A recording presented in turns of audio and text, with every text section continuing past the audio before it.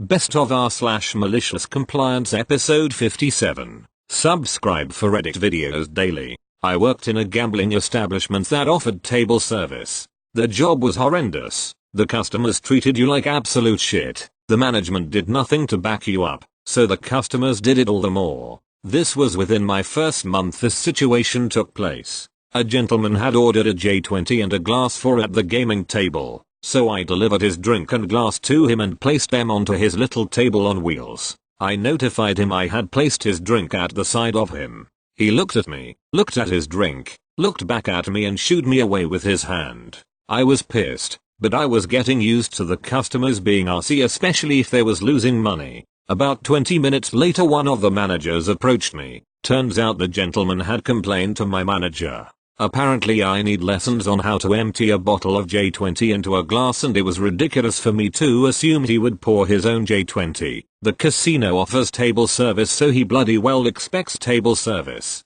My manager told me when that customer tells me jump, I basically ask how high. The manager also told me he doesn't want to hear that guy make another complaint about me. Later in the evening he asks me for another J20, so off I go and deliver his J20, but of course I can't forget to pour his drink. He knew I had been told off, so was staring at me intently as I brought his drink over. I gave him a big beaming smile and said, "Here's your drink, sir.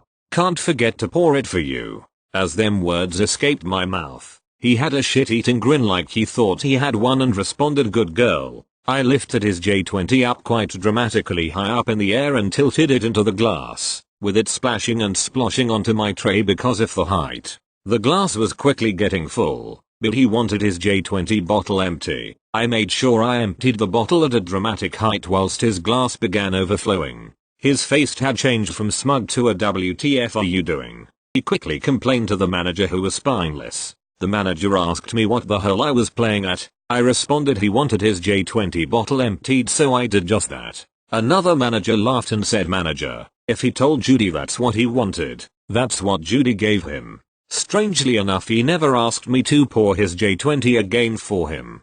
Edit. Extra info was posted in a comment. The unspoken rule amongst us bar staff was you leave them to pour their own when it comes to J20 and canned drinks. Just open them, provide a glass with ice and leave them be. Extra edit. Some confusion over the way I spelled the drink, because it is actually spelled as J20, but in the UK if you put J20 people would know what you mean.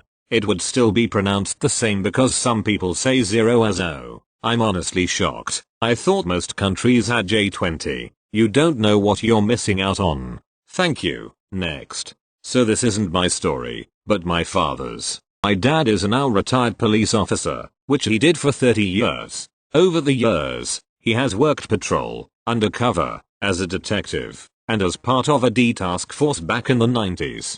About 5 years ago, he transferred to the local sheriff's department and once again returned to being a regular patrol officer. If you don't know, or live outside the US, sheriffs are elected as a part of local elections. During the 2018 election, our local sheriff had reached the maximum terms he could serve, leading to an open election. The one who ended winning was a person my dad was not the biggest fan of. Prior to his election, officers could have a mustache and goatee as long as it is well kept and not too long. But, one of the first things that were changed was the facial hair policy. The new policy said that facial hair could not be grown past the edge of your lips. But it forgot one piece of the original policy that was important: the length. So here's what my dad did to piss off this new boss. He started growing a handlebar mustache. It didn't grow past his lips, but it was long enough that he could shape it with beard wax into a handlebar that was frankly huge.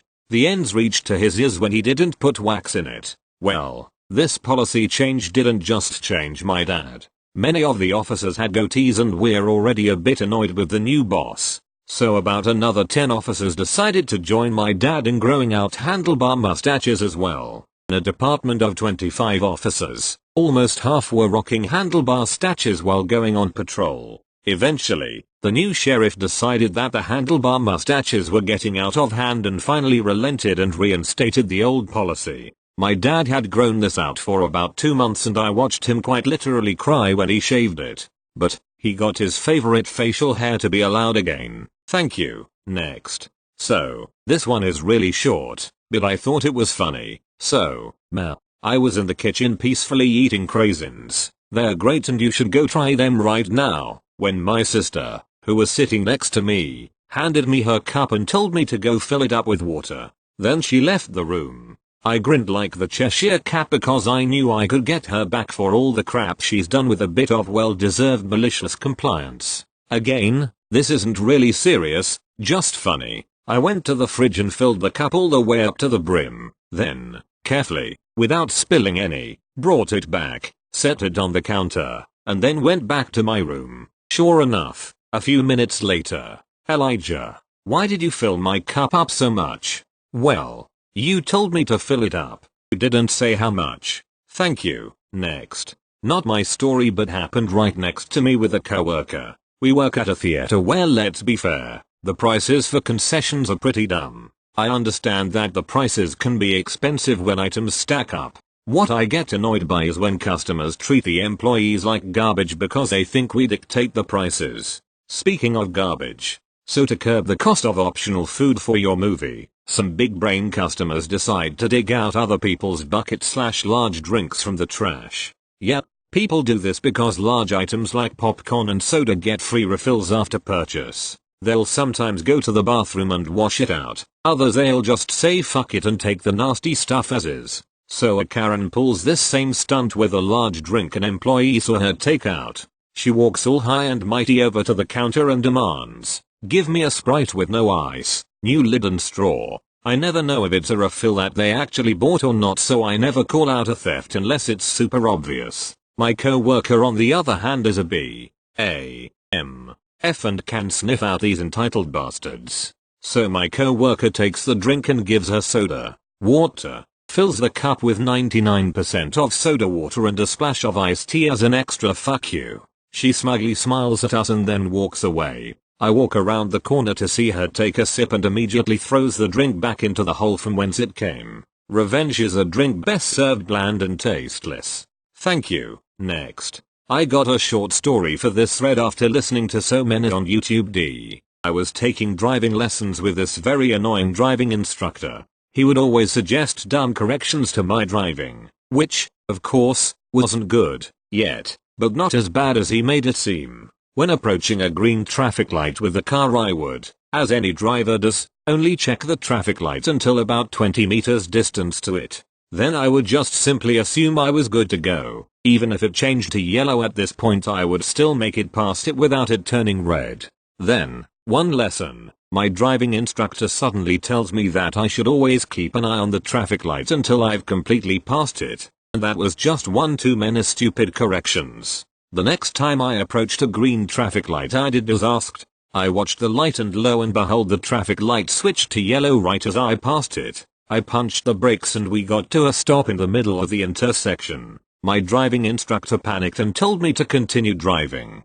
He didn't correct me again during that lesson and I changed instructors that very afternoon. Edit. Just a few clarifications, since there seems to be confusion. When I drive with 50 km/h through an intersection with no cars in front of me, or a safety distance ahead, I watch the traffic light until I'm about 20 meters in front of it. If it's still green by then I can safely pass the intersection without the traffic light turning red during my passing, and even if the light turned yellow there would be no way I could come to a complete halt in front of the white line with that speed. It wasn't dangerous. I know that traffic light. As I passed it was yellow, so it took another 2 seconds for it to turn red. By that time I was standing on the intersection. Then it took at least another 3 seconds until the other cars got their yellow light to start driving through the intersection. By that time I was already driving again. I knew I wasn't getting anyone into any dangerous situation. Otherwise I would have never done that.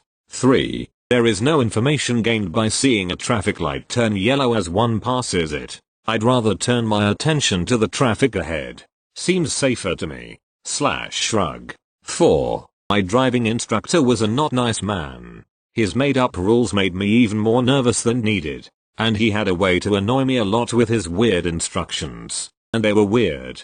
I got another driving instructor after him who said I was driving fine. I completed my lessons and the exam within a few weeks. I've had my license for about 10.5 years now and never had an accident or even a ticket. So I'm not driving irresponsibly. I was just maliciously complying to show him what it would mean if any person would follow his instructions. Thank you. Next. I work in a cafe inside of a bookstore. It's pretty chill most of the time and management is usually pretty lax. Our company was bought by someone else recently and corporate has been pushing all kind of nitpicky changes to improve the store. One of the big crackdowns is employees making their own drinks and then paying for them, or even paying first and then making their own drink. When you work at a coffee shop, the employee drinks can tend to be pretty customized. They know what they want and often feel embarrassed at having another coworker make it. It gets more annoying when there's a rush in the cafe and you're on your break and have to first wait in line and then wait for the server to actually make the drink.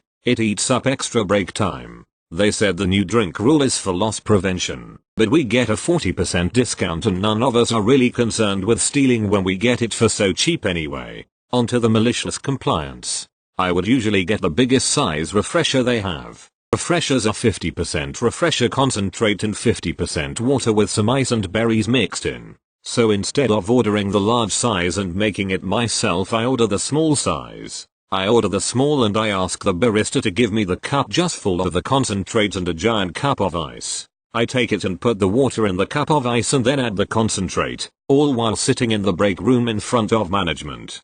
They can't say a thing about it. So instead of paying the employee rate for a giant drink, I have gamed the system and pay for a small while getting maximum drink. I'd feel guilty about it, but a lot of our regulars do similar things. Thank you. Next. This happened a few years ago to my cubicle mate at a call center. So I used to work at an IT call center. There was this guy who would call in periodically and get upset if a female answered. One day he called in, got a girl, cussed her out, hung up, and called again. He just so happened to be sent to the girl 2 who was sitting next to girl 1. I guess he really needed his computer worked on because he got upset but asked for a supervisor. She told him she would have to grab his info and the reason he wanted a supervisor before she could get one. Once he told her that he didn't want to talk to a girl, she put him on hold to grab a supervisor. This is where the malicious compliance kicks in. Since it was later at night, there weren't very many supervisors. The supervisor on our team was a guy. After hearing why the caller wanted her to talk to him, he decided to go and grab the only female supervisor on the floor that night. This guy was so pissed when he heard her voice. He spent about 5 minutes trying to get her to get him a male supervisor. She said she was the only one who could talk to him. After he realized she wasn't budging, he called her a few names then hung up. I don't know if he called back that night, but we were laughing about it for a week.